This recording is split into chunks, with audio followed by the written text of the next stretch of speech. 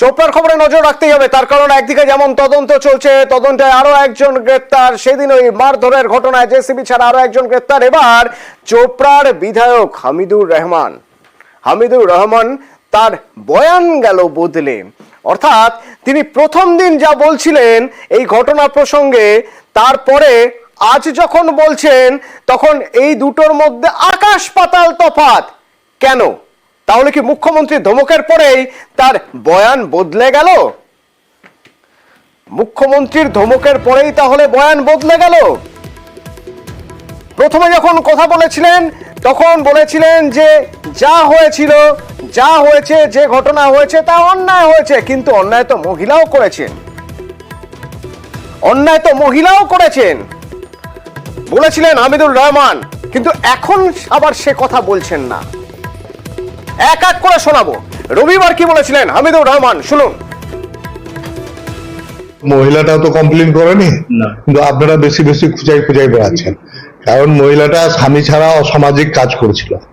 অসামাজিক কাজে গ্রাম্য সালিসি বৈঠক বসেছিল। গ্রাম্য বৈঠকে যা হয় আমাদের এই অনুপাতে একটা বিচার আচার করেছে, কিছুটা কি হয়, কিন্তু মেয়েটা তো কোনো কমপ্লেন করতে যায়নি, মেয়েটার স্বামী কোনো কমপ্লেন করতে যায়নি, কোনো জবরদস্তি কিছু হয়নি। সমাজকে খারাপ করছিল, তার জন্য গ্রাম্য সালিস বসে একটা করেছে। এই ছিল সেদিনের বক্তব্য। এরপর কাল আমরা আপনাদের জানাই যে মুখ্যমন্ত্রী কথা বলেন, হামিদুর রহমানকে ধমক দেন, কি হচ্ছে এসব। এবং তারপর মুখ্যমন্ত্রী যে কথা বলেছেন ফোনে, সে কথা হামিদুর রহমান নিজেও জানান। শুনুন। ওটা এলাকার ব্যাপার নিয়ে জিজ্ঞাসা করছিল, পিসফুলি রাখো, যাতে কি ঝামেলা না হয়। যা ঘটনা আছে আইন দেখতেছে, আইনের কাজ করুন। যদি আমাদের পার্টির লোক হয়ে থাকে ওকে বহিষ্কার করে দাও দল থেকে। বলেছি দিদি ও ভোটার একজন, পুলিশ এসেছিল, ওকে বাড়ি থেকে তুলে নিয়ে গেছে। কেউ প্রতিরোধ বা কোনো কিছু বলে নেই। অন্যায় করেছে, অন্যায় শাস্তি পাক, আমরা সবাই চাই। আপনাকে কি দল থেকে শোকজ করা হয়েছে? বলতে এখনো চিঠি পাইনি। বিধায়ক এসেছিলেন বিধানসভায় আজ, আর সেখানে দেখা গেল তার সুর একটু যেন অন্যরকম। যে সুরে কথা বলছিলেন রবিবার, সেই সুর আজ অন্যরকম। বললেন মহিলার চরিত্র নিয়ে তো কোনো কথা বলেনি। তাহলে কি মুখ্যমন্ত্রীর ধমকের পর এখন সুর বদলে গেল?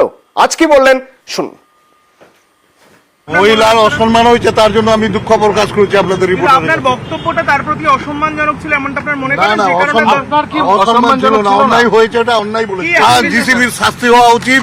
আরো আসামি ধরেছে, ওর সঙ্গে যারা জড়িত আছে সবাইকে পুলিশকে ফোন করে বলা হয়েছে, সেই দিনেই তুলে দেওয়া হয়েছে। আমি মহিলার চরিত্র নিয়ে আমি প্রশ্ন করিনি, যেটা লোকের চোখে পড়েছে সেটাই।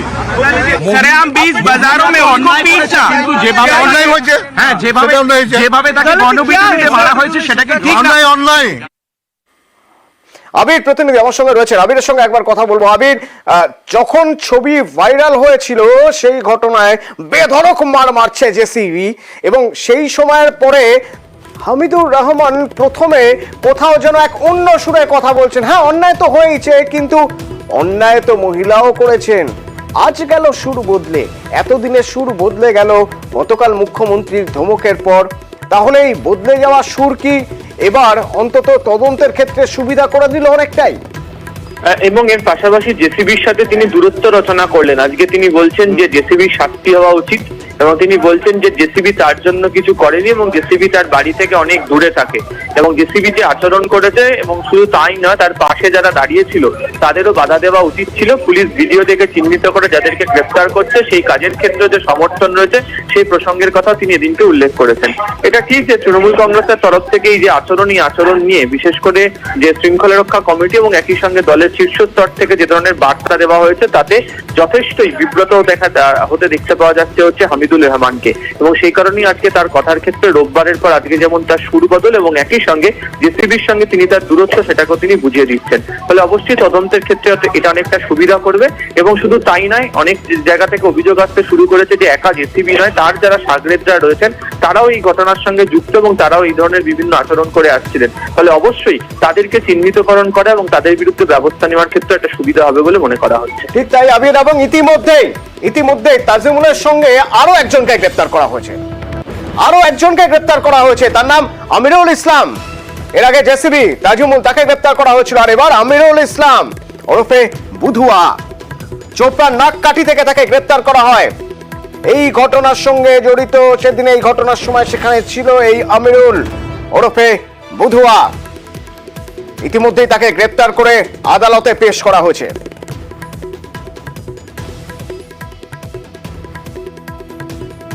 আপনাকে ওইখান থেকে ঘটনা ঘটে ছিলাম, হ্যাঁ? কোথায় কি করতা তুমি ওখানে? কি করতা তুমি বলো? দর্শক হিসেবে দেখতেছিলাম। হ্যাঁ, তোমার ভূমিকা কি ছিল ওখানে?